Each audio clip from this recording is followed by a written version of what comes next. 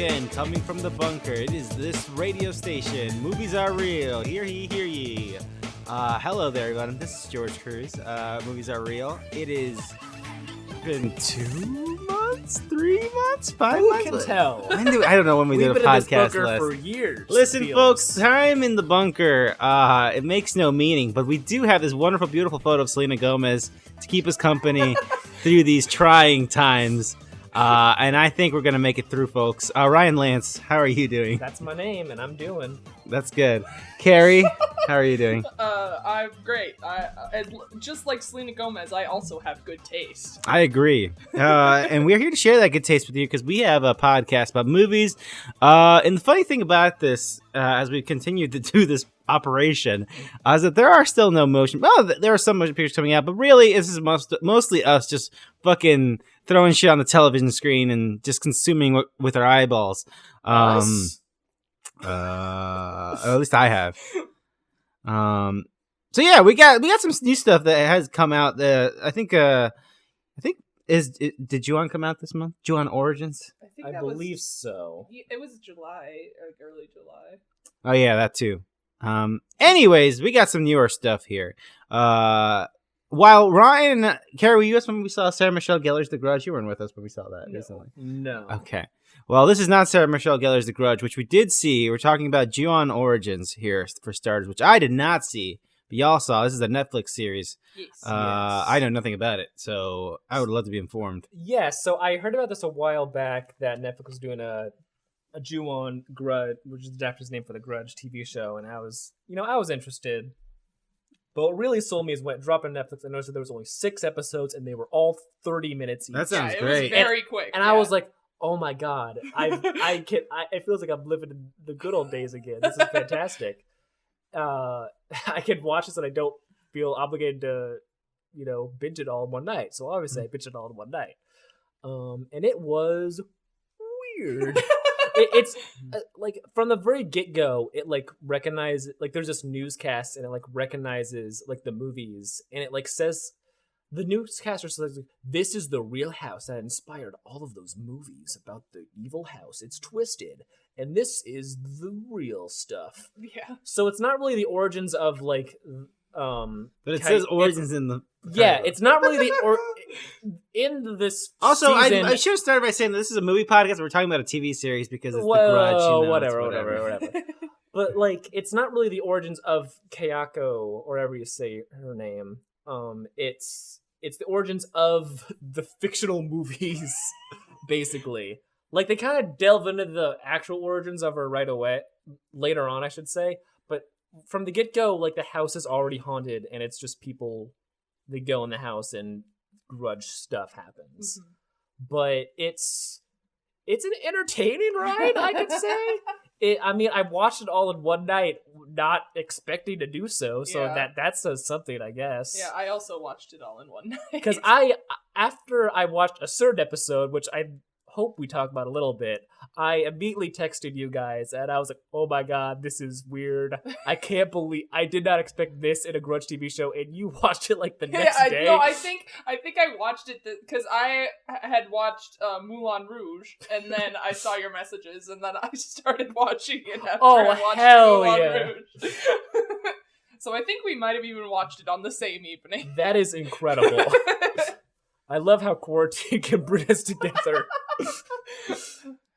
But yeah, I enjoyed it. It was, like, there's one specific image that I'm thinking of that I loved. I saw that and I immediately was like, Carrie would probably like this. And I loved that so much, so it makes me look fondly on the rest of the show, just because there's, like, one snippet of a thing that I'm like, wow, I've never seen that before, I love that. And then, like, it's a really... in my opinion, dense show, because I feel like that's a thing. I don't know much about the Grudge movies aside from this and the John Cho one that came out earlier this year. That's why I really wanted to watch the American remake again, which I did with George, and it kind of like, it made sense why it was so jarring, because I didn't realize that movie was so, like, it went everywhere all the time. Yeah, that's what I was going to say. Because that movie does that too, which is weird. It seems like it's a thing with these properties where it's just a bunch of stories like nested together and it's just everything is happening, and I had trouble keeping the years straight, because at one point I read a year wrong, so then there was like something. To me it seemed like they had gone back in time when actually they had gone forward in time, so that's on me. I just got confused. But it's a very fun show, I think, because it was very atmospheric for me, at least for the first like 3 episodes, and then like episode 4, 5, and 6 is just like, oh, okay, this is just bananas. I do agree with the drawing thing. It's especially weird because like each episode is like a year for the most part. Episode 1 and 2 are like connected, like straight after each other, basically. Yeah. But after that, there's always like a year gap, and it feels jarring, especially the one in the 4th episode, which is the craziest one, because like it introduces like this whole new family, and they've been basically living in the Grudge house for a while, and I didn't like it just happened, and like I didn't realize that they were living in that house. So when Grudge stuff started happening, I was really confused. And I didn't know if it was like me being like so tired, because like I watched this like at 10 o'clock at night because I was like, I'm not tired. I'll watch an episode or 2 of the Grudge show, and then it eventually hit like 1 a.m. when I was finishing it. So I was like, was this confusing or was I just tired? Then I talked to you and you're like, oh, okay, good. It is actually just confused, and I'm not stupid or tired. Well, it is possible that we are both in fact stupid and tired. Carrie, please, we're trying to sell a podcast here. But yeah, I think this show is worth the watch just for the simple fact that it's quick enough that even if you don't like it, you'll still have fun. Yeah, that sounds like a good time. Short. I do have beef with Netflix, though, that I don't know if this happens to you, but they automatically start playing the English dub of it. Oh, yeah, and I was like, weird. Oh, this is disgusting. Why is this so bad? Oh, okay. Yeah. Because a lot of their like Netflix original stuff, they'll have dubs of several languages, which is great. But I usually will want to watch the original. Like, they did the same thing with Marianne, because it's a French show. Oh, and so they started playing the English one when I started, and I was like, this just looks... Why is this so bad? Oh, I see. Yeah, dubs don't work in live action. Like, I'll watch a dub of like an animated film, because usually they like fix like mouth movements like in like edits sometimes. Yeah. Or you don't notice it as much. Yeah, but like when it's real people, it's really noticeable. Yeah. And that happened to me too. At first I was like, wait, is this in English? Yeah. Because like the movie starts with like they're like watching a thing and they're talking off screen. So I was like, oh, I didn't expect that. I mean, that's cool, I guess. But then like I saw their mouths and I was like, oh, that's weird. Oh, dear. Is this? Oh, thank God I can fix this. Yeah. So watch out for that. Yeah. But is it good? That's up to know. interpretation. Is it interesting? Oh yeah. Is it not afraid to go there? Definitely not. I'm very excited. If you're a long-time listener to this podcast, you know that we have a very long-running Do Not Go In There award at our end of the year podcast. Super long running. Which I guess won't even be a thing this year, by the way. No, it will. There's already two great contenders to the. If you don't know, the Do Not Go In There award goes to the movie where someone could say the term "do not go in there," and it applies the best in the context of the film. And the contenders this year are The Grudge 2020 and The Grudge Origins. Do not go in there. So that's Ju-on Origins, I suppose. I'm surprised like that name wasn't already taken, because there's been so many Ju-on motion pictures and adaptations that I'm surprised that wasn't already taken. The next movie is actually a movie that a lot of folks were talking about, but I haven't seen yet. And that is Palm Springs, which is so all I know is that Andy Samberg's in it. It's got a summertime vibe to it. That's all I know. What is this movie, Carrie? It's a time loop kind of movie, much in the vein of Did not see Happy that coming. Death Day, and it's all centered on this one character's wedding. And this movie does something that I haven't seen with that genre personally, where Andy Samberg is the guy that's trapped in the thing, but we see him from an outside perspective at first, and when we join the film, it's him having already been in it for a really long time, so he just seems like this crazy guy who's doing weird stuff that no one would do, or he seems really well ingratiated into this party and can just get away with a bunch of shit, and this girl is just like, what? And It's great. I think it's pretty fucking funny. Yeah, it's pretty solid. I didn't love it to the level of like a lot of people did, but Yeah. I really liked what it did with that idea. I will say I don't love the very beginning because it begins with Andy Samberg jerking off. Oh yeah. And that was very jarring to me. So I was like, what is this? But then it got more normal.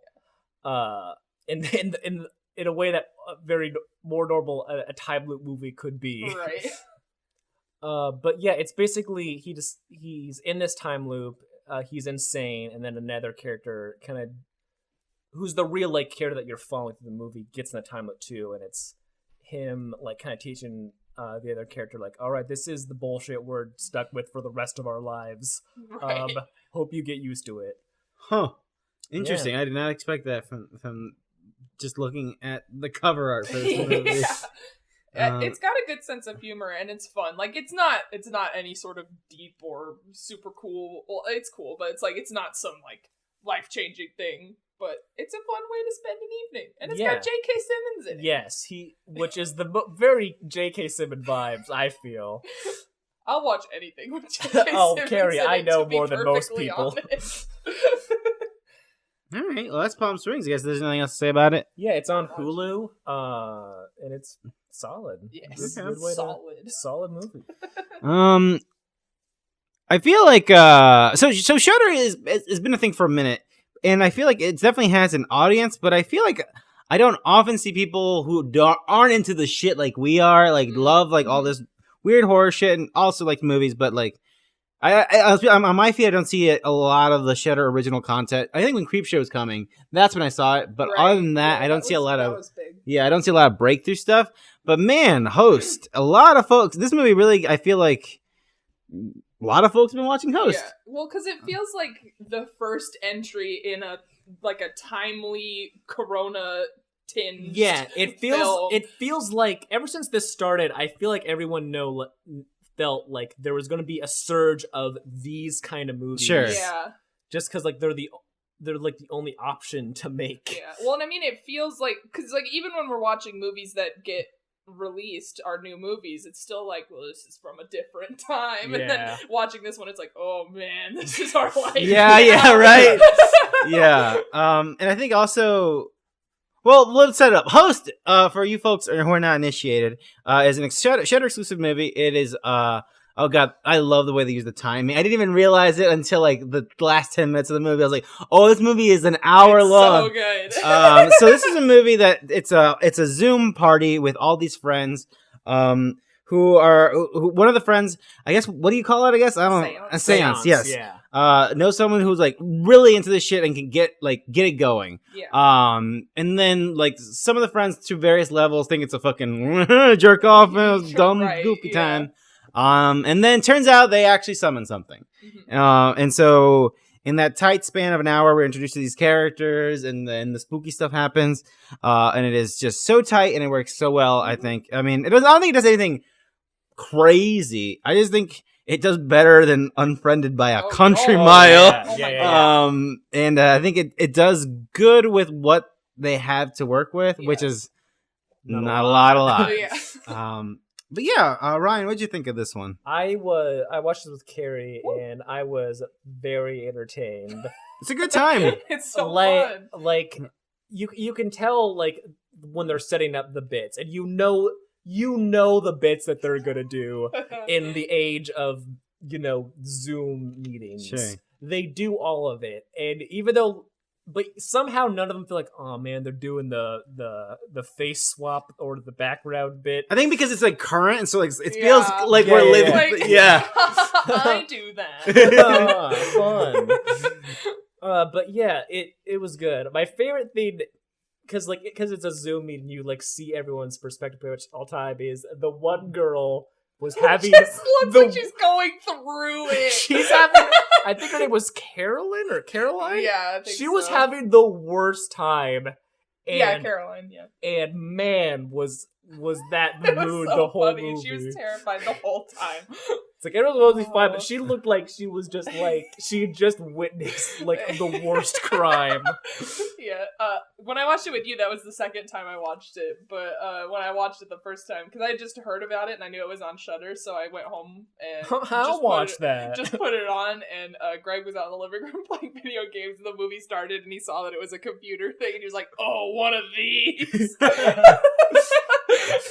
But then he ended up watching it, and we had fun. And I think that's a fair response. Like, no, absolutely. yeah, like it's not like, again, it's weird how like being so limited and like thinking really small. It's like, what if just the ghost happened while we were in the thing? Like that's it. It's not that high concept, and it just works so well, and it feels genuine. What if some agents from the dark web What if- hacked into your speaker? What if Jake Paul? But not really. Not really. No, not at all. Anyways, Host is fantastic. It's really good. Yeah, I like Host a I lot. recommended it to my coworkers, and most of them ended up watching it, Hell which means yeah. Shudder, you better we give me get some cash money. to Shudder. So yeah, I good- love Shudder. Yeah, good Shudder's for- so they- great. they- Better Yeah. give us that promo code, baby. Yeah, no kidding. Full transparency, Shudder. If you are listening to this, they're not. I tried canceling for a week because the week was almost over, and then they're like, "Why don't you give us a month?" And I was like, "All right, sure, whatever. I'll just keep it going." And they'll probably charge me. It's fine. It's whatever. Because we have another Shudder movie coming up here. That was just fantastic. But before we get that, that's Host. It's a pretty good time, in my opinion. I don't know if there's anything else to say before we move on. On your time on Shudder, I recommend that you watch One Cut of the Dead. Ray, you told us about That the movie is yeah. phenomenal. Also, I've seen a lot of folks talking about that movie is now. awesome. More and more, I've seen people being like, "Yo, this movie's crazy." Anyways, Also watch Sadeko versus I Kénefic. also Yes, absolutely. The most. Me and Karen Movie is rewatched. so Me and Karen funny. actually rewatched that again last month, Yeah. and it's still so entertaining. Awesome. It's amazing. Is it good? No. Yeah, But yeah. In my Letterboxd review, I said, "Don't look at my star rating. That doesn't matter." I love this so much. well, yeah, it's good that Cheddar's been doing well. Yeah. Is that owned by Warner Brothers? Is that a Warner Brothers I property? don't know who I have owns no Shudder. idea. Okay, They might be their own thing. I hope so. Because for some reason I got it in my mind it was Warner Brothers, and I was looked like, into it, but the next movie is the only one I've only seen this one, I believe. okay, So I can't look into it. I'm sorry. okay. Yeah. What is Vivarium? Vivarium. Vivarium. So Vivarium it's a Hulu. No, it's an Amazon Prime movie. Sorry, Man, I these got fucking I know, the right? times we live in. It's exhausting. But As Selena Gomez and her HBO Max fucking cooking show stares at us. But this was a movie that I was interested in because Stephen King talked about this. He was saying, like, this is great groundbreaking cinema. And I was like, all right, man, I'll check this out to see what the hell you're talking about. And it's fine. It's fine. Thanks, Steven. I had also read that it was a Twilight Zone episode that was pitched and they did not pick it up. No. Interesting. It was a Twilight Zone. Someone said like this seemed like it's a Twilight Zone episode that was pitched and they did not take it. They're like, we'll just make it ourselves, and it very much feels like a weird Twilight Zone episode. It stars your boy Ryan, also known sometimes as actor Jesse Eisenberg, and his future wife Imogen Poots. Nice. They are this. I don't know if they're like engaged or married or just a couple, but they're looking for a house. And they end up going to this, like suburbia like complex that's being built. That they're looking at. They get toured by this very weird guy before like the place is like opened up, so no one's living there yet, and they're looking at like House 9 or whatever. And looking at it like, this is all very, like, weird and very, like, 1950s, like, ideal American lifestyle. And then the guy showing them the house disappears, and they're like, okay, let's leave. This guy was weird, this place is weird, and we don't like this. So they try to drive back, and then they get lost. Right. And they're just driving in circles because they're now trapped in, like, this area, in this suburban... Stuck in Suburbia, the Disney Channel original film. Exactly. Starring Brenda Song. But yeah, they're stuck there, and they're like, oh, geez, whatever. All right, let's just spend the night. We'll try to fix this tomorrow. They spend the night. They're like, all right, let's leave, and they just like keep walking because they're like, the car is not helping. We'll just follow the sun. And again, nothing happens. They're like, let's burn the fucking house down then. And then they pass out, and the house is back, and they're like, oh, okay, what the fuck is happening? But also, not only is the house back, but there's a box lying outside the house because they passed out on the street, and it has a baby in it. And they read the note, and the note says, raise the child and you can leave. And they're like, oh, no. Oh, God. And the child is, like, weird. Mm-hmm. Like, it can perfectly mimic speech. So, like, when they fight, he'll, like, repeat things that, like, they say, like, in their tone. And also, it does the most excruciating loud scream whenever, like, you're not paying attention to it. It's like, but, like, Same. loud and, like, childish. It does this all the time. As well as, like, it's growing, like long, like, it's growing faster. So I think, like, in the course of the movie, Like a Twilight baby. Like a Twilight baby. So, like, I think in the course of the movie, it's only, like, a year, maybe a year and a half. But, like, that's, of course, of it being a child to an adult. And it's basically them dealing with being stuck in this weird Twilight Zone area with this weird baby. Imogen's Poots character is focused on trying to take care of this thing that they both fucking hate it, obviously, because they're stuck with it and it's weird. But Jesse Eisenberg's character is just like, I'm going to dig a hole and eventually I'm going to hit something. So I'm going to spend all of this year digging a hole or whatever. And that's all he does. And they fight and the child's weird and the whole thing's weird. And it's not very good, but it's weird, I guess. The ending is bizarre. Also predictable if you can tell what's going on. But was I entertained that evening? A little bit. Hell yeah, dude. That's all I can say about it. My Letterboxd review of this movie that I really liked was, oh no, stuck inside a house with with Imogen Poots for all eternity. No, I'm so bad. That was very similar to my review of Arctic starring Mads Mikkelsen. Like, oh no, I'm trapped in the Arctic with Mads Mikkelsen. Hope No. I'm rescued soon. Unless Vivarium? it was a thirst watch. I'll be completely honest. I'm For sorry. Jesse Eisenberg. Yeah, exactly. I like seeing people who look and act like me. When you Because- mentioned Vivarium, like just when we were talking before we started, I thought you were goofing. I thought you watched fucking Valerian. Starring Dane DeHaan. Another best guy. Does he has something coming to Quibi, doesn't he? I think he feel already like has It's already on some- Quibi. Oh, It's already It's on already on Quibi, Quibi, yeah. yeah. Which It's I already They on. thought- should have led with that. Exactly. Yeah. Quibi, we have Dane DeHaan. All I right. forget all what right. it is. It's like a Here it stalker is. thing? I don't know what it is. Yeah. It also has Micah Monroe in it. Oh shit. Oh, Yeah, wow. 2 good people. I don't want. Horror I already did icons. my Quibi trial, so. Well, Oh man, so I refuse did to pay $5. 95% of their audience. Yeah, well. Anyways, that's Vivarium. We're almost through the recent timely shit we've watched. So I'm gonna do a run through because after this we're gonna do our dumb quick shit we saw. We saw Ju-on Origins, Palm Springs, Host, Vivarium, and now we're talking about another Shudder original motion picture, La Llorona, not to be confused with The Curse of La Llorona, a Conjuring film universe. Yeah. So that's a bummer for this movie that has to deal with that. But anyways, there's a new La Llorona movie that is not that movie, and this one's holy moly way better. So this movie is a Guatemalan motion picture. So it is in Spanish. It's part Spanish and is also part I believe it is a form of some sort of form of Mayan dialect because they are Mayan natives in this movie. Anyways, you would think from La Llorona, it is a horror movie, but it's more of a drama with a bit of horror in it. Yeah. So this movie takes place in Guatemala, like I mentioned before. We follow this fucking dictator guy, or former, like, at least right-hand arm of whatever regime in Guatemala. I'm an idiot. We're all idiots here and don't know anything about history. This has been a thing when we see historical pieces. Like, I didn't know that happened. That's crazy. Interesting story. That's wild. That's crazy. And so I don't know. I wasn't aware of, like, Guatemala's history until this movie.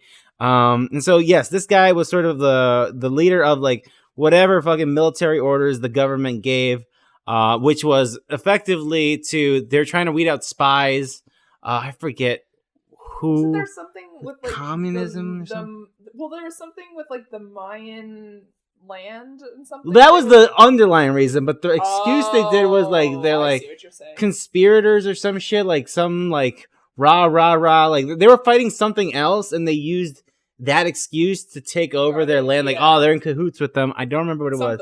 Something like that. But anyways, Guatemala still has a lot of, like, native Mayan folks who live off the land, like a reservation sort of dealie, or like, I guess but it's just a bigger community that are now sort of segmented to reservations, I guess, after this event. Anyways, it was essentially a genocide of these native people at the hands of the government.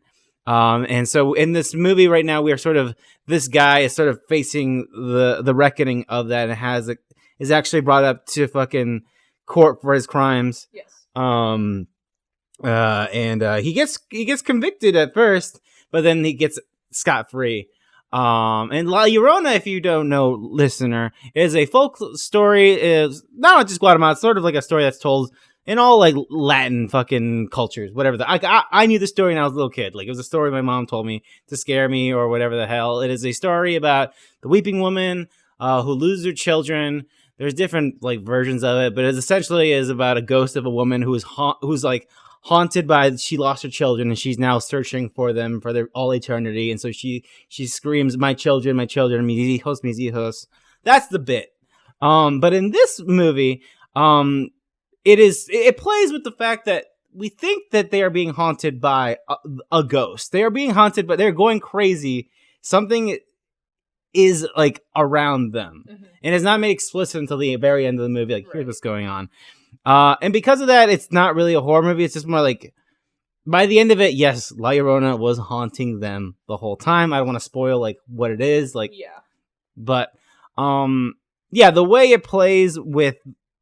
It pretty much it did a genius job of, like, taking the folklore and wrapping it putting it perfectly in the history and in this story. Yeah. Like, everything about the lore of this character works perfectly with the story they're trying to tell. Yeah. And it's done fucking fantastic. Yeah. And it was so cool to watch it in comparison to the fucking shit show that came out last year. And I was like, oh, so you can tell the story in, like, a really, like, interesting, new, fresh, and socially conscious way. That's really cool. Instead of having fucking Linda Cardellini being like, "Oh no, the Llorona's in my attic." Yeah, I don't know if there's anything else to say about it. It's really smart. It's very well done. And this director, like, he's not really a horror director, but he has very much done movies about the native people in Guatemala. So he is a Guatemalan filmmaker who, like, this is his thing. And I think at some point he's like, wait a minute, we could do this with this. Hold on. That's good. Yeah, let's do that. So yeah, it's really well done. Not really a spooky movie, more of a drama with some spooky stuff, but the way they weave it all together works so well. It's very, again, like, the way they tell the story about, like, and weaves in, like, racial tension, like, clear racism, and, like, all this stuff, and it does it very well. It's really good. Anyways, that's La Llorona. Was this movie made in response to the shit show one? I doubt it, because they would have released at the time the other one came out. Yeah, I don't know. La Llorona was 2019, right? The Curse. Mm-hmm. And this released originally in Guatemala in 2019. Oh, okay, so okay. They would have been simultaneous, I guess. Okay. But I guess it was a smaller film, and then they got picked up. So it's like, well, interesting. Here we are. Because when I first heard about this, and I heard, like, good praise, not just from you guys, but from, like, other stuff on the internet, I was like, this had to have been they saw the shit show one, and they saw how, like, whitewashed and bad it was, and were like, let's do this right. Mm-hmm. At least that's the vibe I assumed from that. But, you know, yeah, it just works out time wise that it feels like a response, but It's really good. And even if it was a response, it'd be weird because it's very specific to Guatemalan history. Right. So it's like, because again, like Llorona's like everywhere. So like anybody could have done that, but it very much tells like, this is the story I want to tell, and I know the background. I've been doing this shit, and it fits perfectly with the story. So yeah, La Llorona, fantastic. Again, Shudder, it's very good. I see what you did there. Anyways, that's all the recent stuff. We saw some stuff in the time that we've been locked up that were like, fucking sure, like Scoob. Well, Ryan, you saw it before me. I did. And I saw it one day because I was like, let's watch Scoob. So I made my 4th fake HBO Max account and we watched Scoob. If HBO was listening, fuck you. Anyways. You made Scoob. I don't care what the fuck you think. Anyways, it sucks. What are you talking about? There's no, I don't want to go into detail, but you know. But it fucking sucks. It's Scoob, it's Scooby-Doo, but you know, it's like an origin story, but not really. No, the first 10 minutes is an origin story, and then it immediately jumps to what could be their last adventure ever. Because they're flying through space and the gates of hell is opening. Yeah, and Hanna-Barbera cinematic universe, here's everybody. And yeah, it's dumb. There was a Hex Girls poster in the back. Was there? I didn't see it. No. Yeah, it was when they were in that abandoned amusement park. I didn't see that. That's fun. Yeah, I made a point because the movie was so uninteresting. I just looked at the background of each shot and tried to find more Hanna-Barbera references. But Ryan, I thought you liked it. I love Jabberjaw. I love Speed Buggy. Remember Speed Buggy, Carrie? I don't remember any of these. He was a car, and he talked, and he solved mysteries. You don't say. You know what Jabberjaw did? He talked a lot. Yeah. Jabberjaw. Yeah, guess what he did? He solved mysteries. Interesting. What Captain Caveman's bit was, Carrie? Did he solve prehistoric mysteries? He was in modern day, but he solved modern day mysteries. What? Because he was thought out by the Teen Angels. Oh. The show is called Captain Caveman and the Teen Angels. Look, I had Boomerang as a kid, so I watched all these the horrible Scooby-Doo. It's weird because like they're ripoffs, but they ripped off themselves. Yeah, they did, and so very cheaply and very quickly. Yeah, they definitely like reused like everything. And so that's the thing with Scoob. The bizarre thing about it is a movie in 2020, and I feel like generationally it doesn't work out. Like it is a mixture of Scooby-Doo and the Hanna-Barbera stuff, and it's like we're like the last generation who was exposed to Boomerang. Who wants this? Yeah, it feels like it's somehow trying to target like young kids, but also like 60-year-old people. So, like, all the kids are going to go with their grandparents in the theaters. Oh, no. I don't think that would have worked out anyways. In all the best case scenario.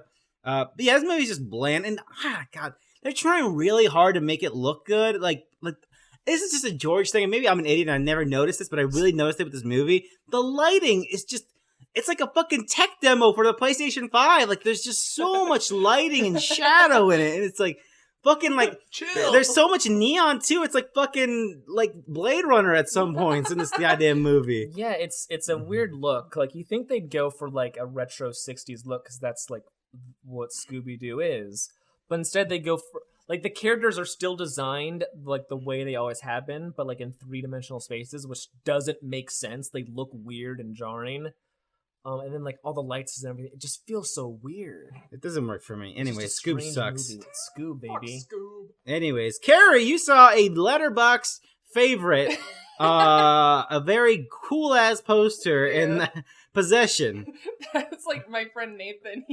I was telling him that I watched this, and he was like, I feel like I didn't hear about that movie until I joined Letterboxd, and now it's like the new cool girl phase. And I was like, well, hopefully I can still like it, even though I'm not a cool girl. So, Carrie, that movie has a great poster, and I'm sure it's cool. Is it good? I love this movie so much. This is my favorite movie I've watched this year. I describe it as Marriage Story on hard mode.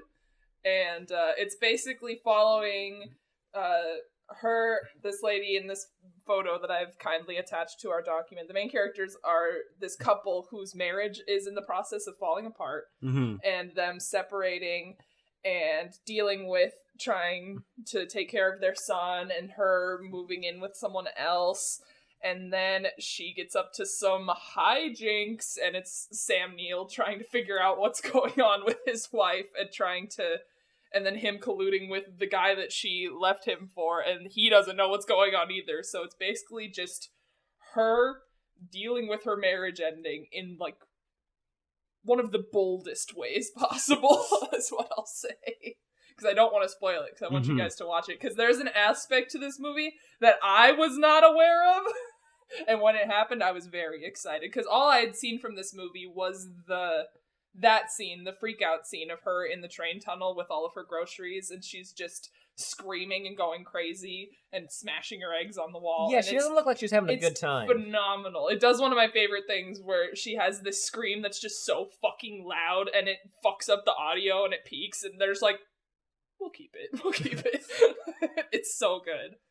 And I love this movie. Okay, well, that's good to know. It has a really cool poster, and you have a really fancy Blu-ray version. Yes, it's true. When I was trying to watch it, is it still a nightmare to stream? Yeah, well, 'cause I don't know why it's like a regional copyright thing, I think. Yeah. But I was doing research about this movie, and it was like briefly banned in the UK in the 90s as a video nasty. So it was very briefly banned, and now it's just impossible to find. Like, I was trying to watch this movie legally, okay? I was ready to pay, and I couldn't find it anywhere. Someone had uploaded a VHS rip onto Vimeo. Delicious. But I started watching that, and I was like, this seems weird. And I looked at the comments, and it was the American re-edited for TV version, where they don't, it's not like you would think, like they would just cut out certain scenes. It was like completely re-edited. So I was like, I can't watch this for the first, because like I saw it in the comments, and they're like, oh yeah, this is just all out of order. Don't watch this. Because like, so when I found a link of the actual version, the scene that the American made-for-TV version started with is like halfway through the movie. And I was like, what the fuck is wrong with this? So don't watch that. Watch my Blu-ray only, please. Interesting.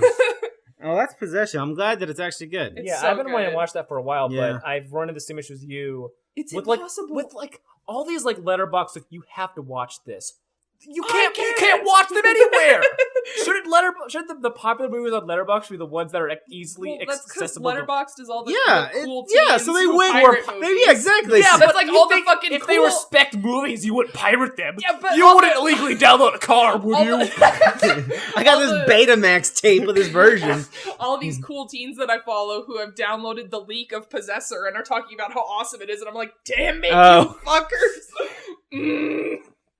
Anyways, that's Possession. Not to be confused with Possessor, coming soon. I'm so excited for that movie. Holy shit. Ryan, we saw 2004's hot Paris Hilton vehicle, House of Wax. Yes. Wax House, baby. Wax House, baby. Chad Michael Murray. Chad Michael Murray is in it. Jared Padalecki of Supernatural. Jared Padalecki. Yeah, he's in it. Yeah. He's so tall. It's Padalecki. Pardon me. Anyways, we saw it because we were like in a mid 2000s vibe. We saw it, and I think I've seen that movie like 4 times somehow in my life.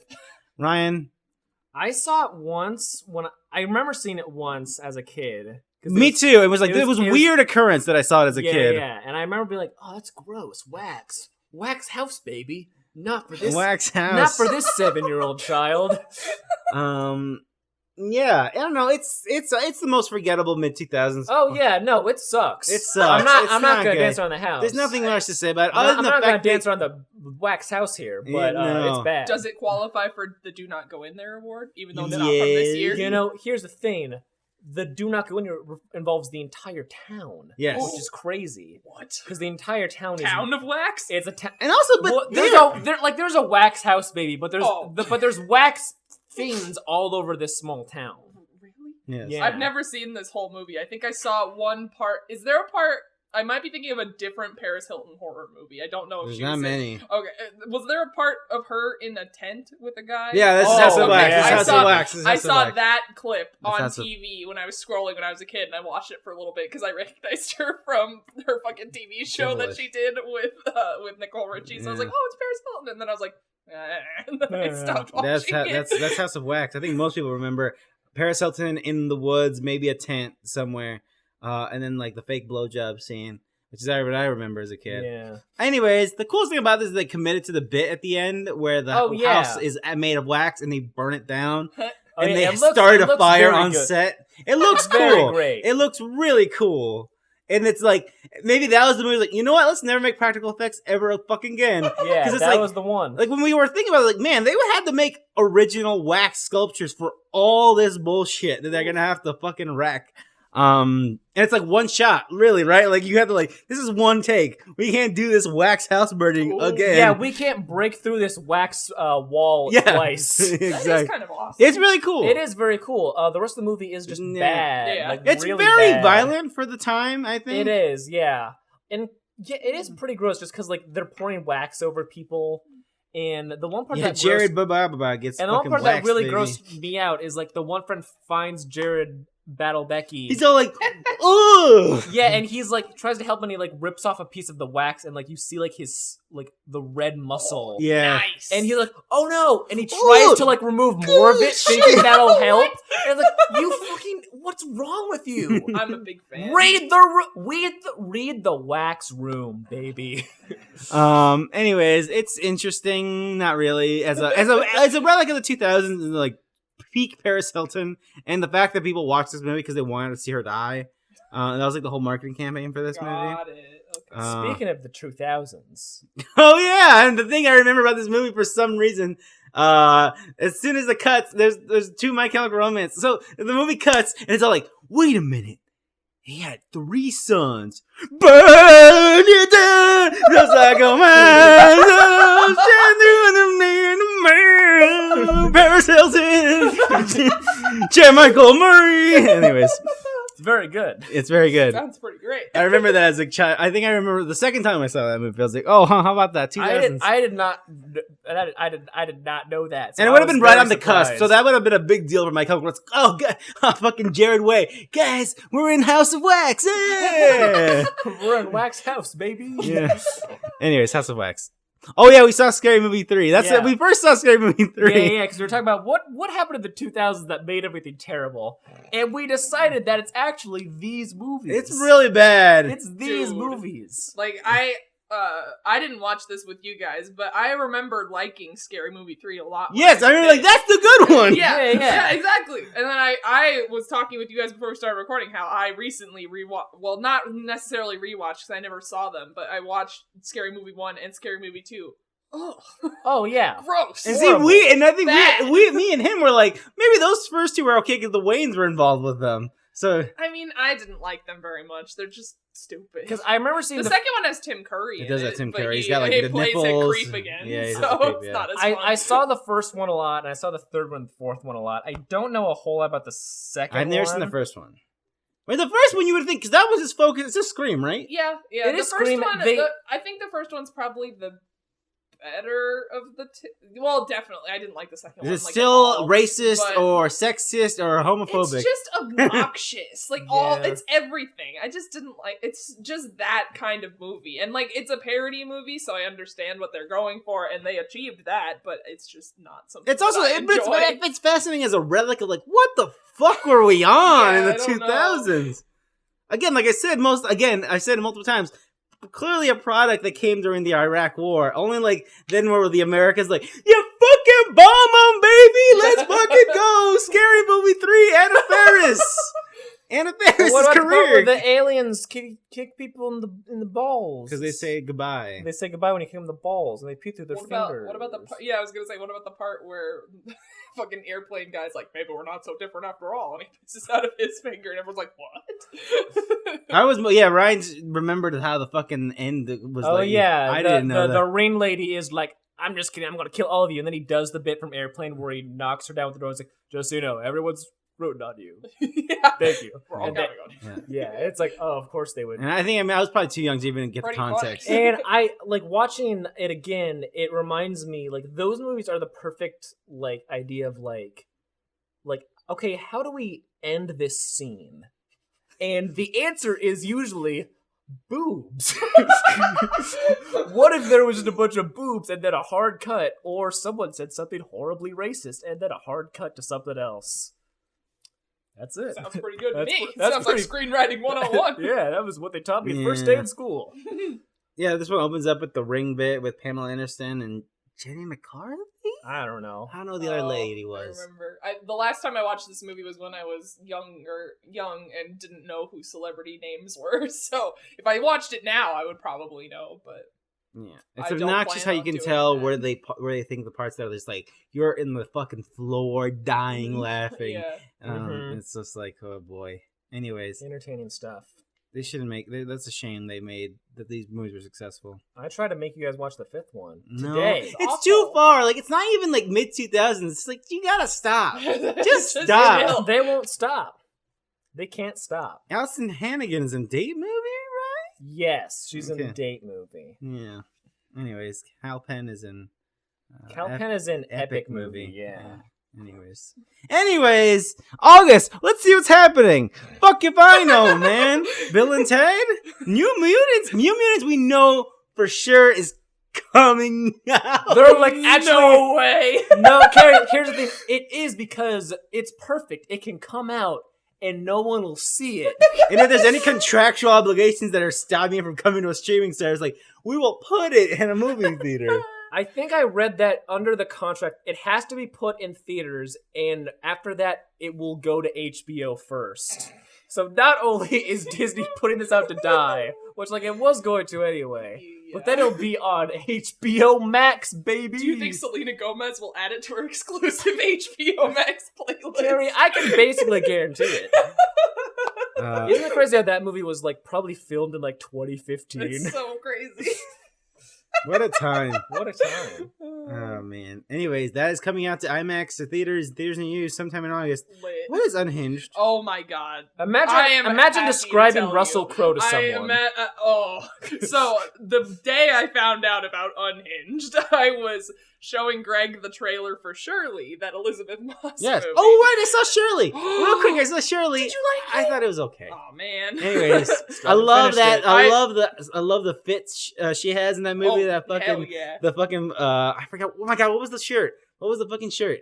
Was it pineapples? No, what was it? Oh, I remember was what it? you're talking about. Anyway, it was a yeah. great shirt. The scene where she's like sitting on the bench and she's looking at what she's smoking. It's very good. Oh my god. It's really good. Oh my god. And but the weird thing, someone who I follow, Abby Russell, who's like a video game personality, but she has a letterbox, and she was like, "It's really weird. I became much more interested in the movie in the middle when it got very gay, but then it stopped being gay, and I was very confused." Yeah. Anyways, So I showed Greg the trailer for Shirley, but before that trailer played, there was like a snippet trailer for Unhinged. And so after we watched the trailer for Shirley, we were like, what the fuck was that movie? And basically the setup is that this lady is behind Russell Crowe in traffic, and it's a green light, and he's not turning, and she honks at him really I've seen this aggressively. now, yep. And then she goes around him and like glares at him and flips him off or whatever. And then he pulls up next to her and is like, "You know what a courtesy tap is, young man?" to her kid in the back seat. And it's like light and friendly. I'm sure that's what your mom meant to do. She's like, "I didn't mean to do anything." And then they drive away. And then the rest of the movie is Russell Crowe attempting to murder her. sounds For great. pissing him This off, sounds right? great. So we watched that trailer. It looks like the most bonkers movie I've ever seen in my whole life. And Greg was like, "Now, Carrie, now that's a movie. Fucking gay authors? No." This Russell Crowe fighting people around the world. That sounds good. It sounds awesome, right? So is it coming out like? It's coming to theaters. Truly live that unhinged lifestyle. That has to be the first movie we see in a movie theater. I swear Not to God. Tenet. Fuck that. Not No, New Mutants. Absolutely not. No. Russell Crowe trying to attempt to murder a woman who cut him off in Carrie, traffic. when we're roommates in the ICU, I can't wait to tell our nurse, like, we saw Unhinged in theaters. And they're like, "Please stop talking. You're definitely ill." I take my respirator off and I'm like, Here's the thing about Russell Crowe. He wasn't that bad. Yeah, well, once we're done recording, we will have to look up the Unhinged All trailer, right, it 'cause sounds it's great. fucking amazing. I have seen it. It's so It's great. Oh, I want something. George to see it. Oh. And I Anyway. want to see it again, frankly. Speaking of movies that are coming out, is this what's getting Because everyone was planning the Tenet being the thing in August, right? Yeah. And now we have Unhinged, New Mutants, and Bill and Ted. We used to have Steve Jobs. Bill and Ted's coming out on digitally. digital. Yeah, but it's also coming out in it's theaters. digital and theaters. Oh, I see. I will be watching that digitally, probably. Have you seen any of the other Bill and I Ted's? saw both of them. I have Okay, not. I have They're not. fun. No They're context. very fun. I don't think they're real. I don't know why. Something. That's how I feel about New Mutants. Anyways, They're fun. That's good Keanu times. Good Keanu times. Anyways, that's all that I know is coming out in the month of August. Fuck if I know, man. Probably more. Probably something. There's some stuff in September to go on Netflix that I'm excited for. Yeah. I'm thinking of ending things. I've watched that trailer. I know you haven't watched it yes. yet, and you're not going to, but I've watched that trailer like 20 times. Have you seen the trailer for the Devil All the Time movie? Yes. Yeah. With Robert Pattinson. Yes, as a creepy That like looks priest. Awesome. Yes. Dude. Oh man, Netflix. You know what? I might absolutely hate you guys, but You know what? They got some taste sometimes. you got it. But yeah. Anyways, that's a podcast. Yeah, I don't know. We'll see what fucking treasures. We'll probably record sometime in September. I don't fucking know, man. Yeah. It's weird. It dawned on me this week, especially for work, and when we're looking at it's like, oh god, the year's over. Yeah. Like we're done. Right. It's fucked up, man. I feel like it's been March. Right? This whole Right? time. It's like no. Like once you get to the Halloween's nearby, it's like it's fucking over. Yeah, It's it's done. like you see Halloween stuff in the store, it's like that can't be right. I'm excited for when we eventually go back to theaters and we'll still be like, oh no, the trailer for A Quiet Place. Yeah, that's what I was 2. gonna say too. Oh! I'm gonna buy those. I'm gonna buy those Chex Mix that are at my gas station that have Like- a Quiet Place. Like 2. it'll be weird because like we'll be living back, like we'll be back right before all of this, and like there'll be so much pain. Oh, why'd you say that? But yeah, I am excited that I'll never have to see a trailer for Mulan ever again. 'Cause that's true. I hate that trailer because I feel nothing when I see it. And the whole trailer is every 2 seconds they say a thing that I assume is from the original movie. And there's a pause because for the audience to You go, will bring honor to us all, Ryan. like the movie I saw years ago. It's real good, Ryan. Yeah, I don't doubt it's real good. I'm saying the new one's gonna be fucking Yeah. horseshit. I don't like And they're that. charging people $30. Hey man, for it. live your on top of on top of their your Disney Plus. Plus. Disney. And also, I don't know if it's just our setup, and we're still on like our 1 year trial. Disney Plus does not work very well. Like every time we try and watch something, it'll freeze at I least. don't know. Like it usually happens at 1 minute and 4 seconds into whatever See, we're Disney- watching. see, It just freezes. see, We're Disney- like, why? Wait, what? How's the 1 year trial thing work? It was like I think it was forget. through Richard. You could like get if you had a Verizon thing, Yes, you could yes, get a yes. year free trial. Anyways, Disney Plus doesn't have any free trials like at all, so you can't No, free no, trial no. it. Other than that, so that's interesting. Anyways, that's a podcast. Yeah, I'm George. You can follow me at jcruzalvarez26. I've been watching stuff again, clearly. So who knows what I'll watch? Maybe I'll watch. What was I gonna watch? I kind of want to watch more of those shitty early 2000s Warner Brothers Vincent Price remakes. Kind of want to watch Ghost Ship. Do it. You have no idea the amount of people I've shown the first like Because it's 7 cool as minutes shit. of Ghost Ship. Exactly. I love it. It's so good. The first like 5 to 7 Yes. minutes of Ghost Ship. I've shown that to It- so many it people. owns. It's so good. And then I do not watch Yeah, the rest no, of it's not the good. film. It's not good. Anyways, Ryan, where can people find you online? Letterboxed at a film piece. I think I definitely want to watch Possession. Yes. I've been wanting to watch a bunch of the Rain movies as well. Yeah, and on I just Shudder recently now. found out they're on Shudder. I'm very interested in that. Everyone just come over to my apartment. We'll have a ring/possession party. Rings, Hell yeah. baby. Rings Rings. party. Rings, Where we Rings just watch house. Rings. We will watch rings. We will Yeah, eat exactly. onion rings. We will have donuts. Carrie, where can people find you online? You can find me on Letterboxd just by searching my first name, Carrie, Karrie, or on Twitter at KAR_E Lyles, LYLES. Mm-hmm. If you follow me on Letterboxd, you'll probably see me watching Forward Unto Dawn, the prequel to Halo 4 soon, because I'm caught up to Halo 4. And Halo Legends, the animatrix of Halo, where they got a bunch of anime studios to do Halo short films. Anyways, that's a podcast. Who knows? I don't even know again when this will go up. Probably a week from when you even listen to this. So maybe Selena Gomez added something else to her HBO Max playlist. Oh, wow. New Mutants. Oh, wow. Anyways, until whatever the hell next we record, we'll see you then. Bye bye.